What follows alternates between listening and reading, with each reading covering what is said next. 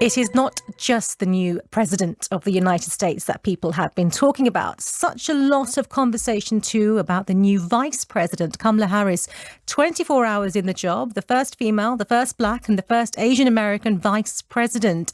Harris is the daughter of two immigrants, a Jamaican father and an Indian mother. During the election, we heard from Indian American and Jamaican American women about the prospect of Kamala Harris as vice president. We got this message from one of those women today. Hi, this is K-Star, and I'm in Westchester, New York. Yesterday was an amazing day. My 11-year-old daughter and I were able to sit at home and watch this amazing woman, Kamala Harris, being sworn in as Vice President of the United States. When she got up to be sworn in, I just busted out in tears. And yes, I got all dressed up, my daughter and I, and we were wearing our pearls for the day. And it was an emotional roller coaster. And, you know, here in New York, some of us, we had a watch party.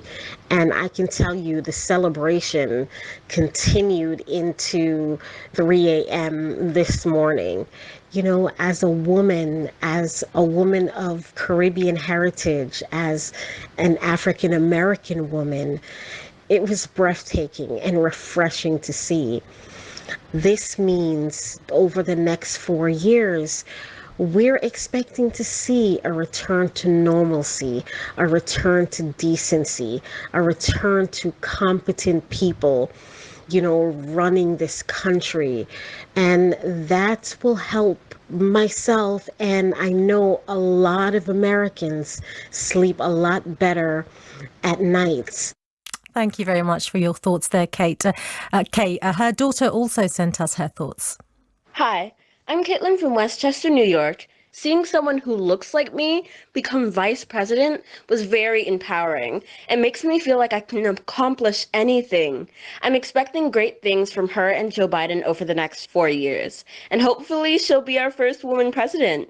I can hear the joy there. There's been a big conversation about the visibility Kamala Harris is giving to those who have mixed Black and South Asian heritage. So let me introduce you to two people who are going to discuss just that. Sharda is of mixed Indian and Black heritage, and she grew up in Michigan and New York City in the US, but is now living in Denmark. Good to have you on, Sharda. Thank you so much for having me, Krupa. It's an honor. Let me introduce you to Nikita, who is in North Carolina. She's African-American and her husband is Indian, and they have a 7-year-old daughter called Amaya. Nikita, you run a multicultural lifestyle blog called Growing Up Gupta.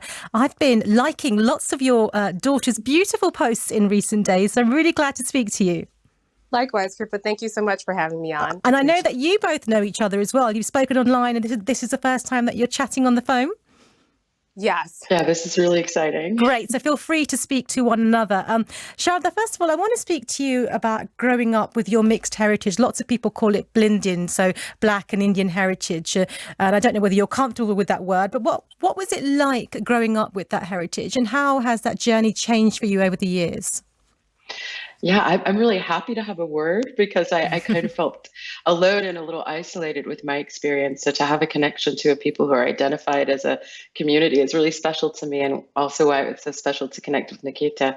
I grew up a single mom. I'm Black. My Black mom raised me by herself. My Indian father, who came over as a graduate student, my parents fell in love. They got married, but he couldn't handle the family pressure, as how it was explained to me, of marrying outside of his family's expectations, and that a Black woman would never have been accepted. So he disappeared from my life when I was just a baby, so I don't remember him.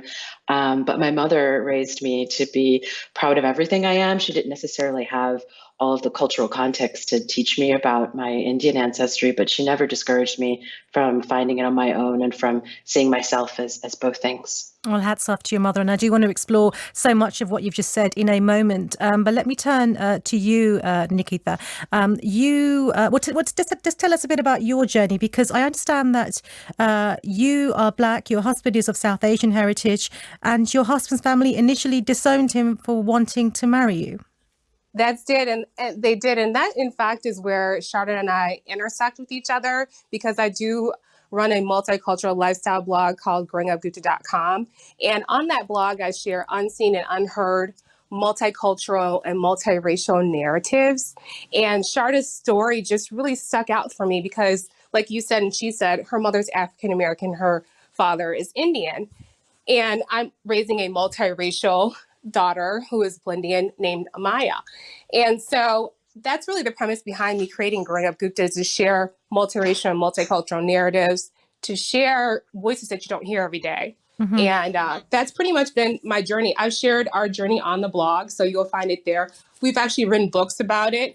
You can find those on Amazon, just to help other people that are dealing with feeling disowned or their relationship is not welcome, because within the South Asian community, there is a pervasiveness of anti-Blackness, whereas, it's kind of like, it's more acceptable to stay within your culture than to go outside of your culture to marry someone. I mean, I'm of South Asian heritage, and I think I've observed definitely the wider acceptance of South Asian and white couples. And I haven't actually observed many South Asian and Black couples. So it's really interesting to speak to you both. I want to understand, Sharda, from you, whether or not you feel connected to one side over the other. Well, growing up with the Black community surrounding me and my family, strong connections to my mother's family, I certainly feel very enriched and connected to the Black American experience. But I also hold a lot of connection to Indian culture.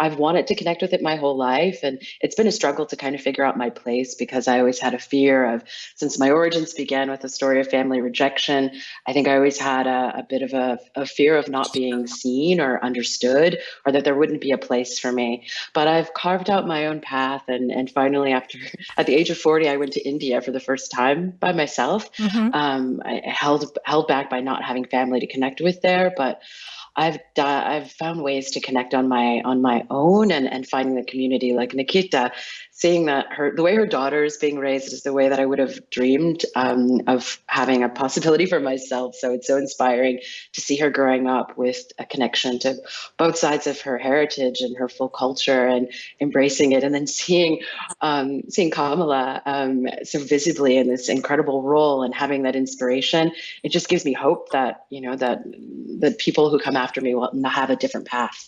Nikita, just speaking to my own 6-year-old daughter yesterday, she said to me, "Mummy, when will that happen in our country?" And she is entirely of South Asian descent, and she herself felt inspired just by seeing Kamala Harris up on that podium. I imagine for your daughter, it was a huge moment, and for you as her mother. Yes, it was exhilarating. I mean, my daughter, last year when we knew that Kamala was going to run for, president, she started to say, I can be vice president or president of the United States of America. And even now today, she's just like, when I look at her, she says to me, "Mom, I can't believe that somebody that looks like me is in one of the highest offices in American government." And so that makes her feel like she can do and be anything. Do you both think things are going to change? I mean, and I'm not just talking about women in high profile roles, but even within the communities, do you think we're going to see more acceptance now of South Asians marrying people of African heritage? And by all means, do speak to one another here. Okay. You start first. I was going to say, it is my utmost hope that would happen. That is one of the reasons that, again, I started the blog growingupgupta.com to hopefully have that take place, whereas there can be solidarity and there can be a bridge that's created between the Black and South Asian community. And I hope that Kamala's visibility and her showing that our unions do exist, children like her can be successful, that does bring meaning, that becomes meaningful for a lot of families like ours and other people that are pursuing relationships and marriages like ours. Yeah, right after Kamala got the VP nomination, Hari Kondabolu, who's a comedian, but he has a lot of poignant things to say about race, he tweeted, "I wonder if Kamala Harris as VP will have any impact on the no blacks marriage rule Indian immigrants set for their children," which is hilarious, but it's also very real. If we're going to hold up this incredible accomplishment, if she very deservedly so, is in this visible place that is celebrated by the South Asian community, then they should take an opportunity to have a critical self-examination around notions of anti-Blackness and the taboo that's existed between people marrying people of Black and African descent. And it's definitely true that I can't imagine us ever having this frank level of conversation about this issue if it hadn't been for Kamala Harris. But I just want to understand from you, Nikita, as someone who is African American, and I keep saying your name with an Indian accent because it's an Indian name as well, softening the T there. Is let's just say, the concern about the mixed race marriage, is it the same intensity from the African American angle as it is from the South Asian angle? Is there as much concern? What I found quite often is that there is not. I think that a lot of African American people are accustomed to other cultures entering into their family systems. I think that within India, there's hundreds of years of tradition that are outlined and that you have to uphold. And so it's an entirely different mindset, if you will. Yeah, absolutely. Sharada, do you want to come in there in the last 30 seconds? Yeah, well, when my mother brought my father home, my family had never met anyone from India before. He was the very first person. I don't think they saw necessarily so much of a difference, He was South Indian with a very dark skin. And I think that for them, they're like, oh, he's a brown person. It wasn't really such a big deal on their side, apart from him being from a different place. There wasn't that kind of rejection. Well, I'm fascinated by the conversations this is opening up. Very quickly, Nikita, has Amaya been to India? Yes, she has, and she loves it. She can't wait to go back. Fantastic. Well, lovely speaking to you both, Sharada and Nikita, reflecting on Kamala Harris's mixed heritage and what it might mean for the future of diversity. Pleasure speaking to you here on OS. Thank you for your company. Nuala is back with you tomorrow.